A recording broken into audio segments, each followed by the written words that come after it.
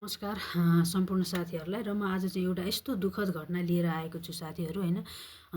एकदम डरलाग्दो र दुःखद घटना घटेको छ। यो घटना रहेको छ यो पुना हडपसरमा 11 वर्षीय प्रकाश सार्की भन्ने एउटा बच्चा चाहिँ अस्ति साँझमा हराएका र हिजो बिहान भेट्दाखेरि चाहिँ उनी मृत अवस्थामा फेला परेका थिए।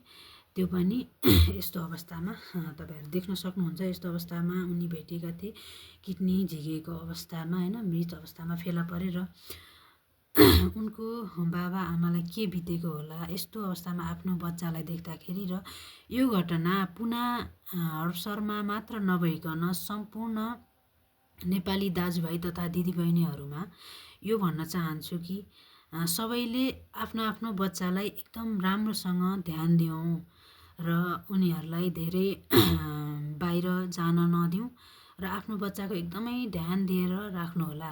उनीहरु स्कुलमा पनि कतिखेर जाने कतिखेर आउने जाने टाइम सबै राम्रोसँग ख्याल गर्नु होला र आफ्नो बच्चाको एकदम ध्यान दिएर बस्नु होला हैन।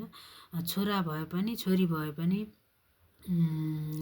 हाम्रो लागि दुवै सन्तान एउटै हुन् र एकदम राम्रोसँग ध्यान दिएर स्कुलमा पनि बरु सर म्यामहरुलाई कुरा गरेर हैन आफ्नो बच्चाको एकदम स्कुलबाट जता पाए त्यतै अब जान नदिने बच्चाहरुको अलि रेखदेख गर्नको लागि हैन त्यस्तै घटनाहरु नघटोस् भनेर र नचिनेका मान्छेहरुले दिएका खानेकुराहरु नखाऊँ र ललाइफकाइ गरेर बच्चाहरुलाई खानेकुरा देखाएर चाहिँ टाढा टाढा लगेर यसरी नै मारेर किडनीहरु झिकेर फालेका घटनाहरु धेरै पहिलेदेखि नै घटिआएको घटना हो र अहिले यो घटना चाहिँ एकदमै देखिरहनु भएको छ। यस्तो छ हैन। यो घटना चाहिँ एकदम डरलाग्दो। त्यसैले सबैले आफआफ्नो बच्चाहरुलाई राम्रोसँग ध्यान दिनु होला भन्दै हैन।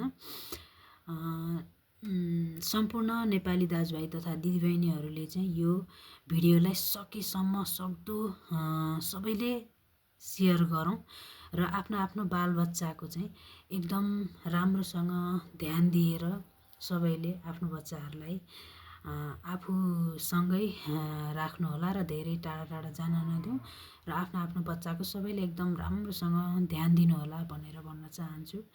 हस्त, धन्यवाद सबैजनालाई।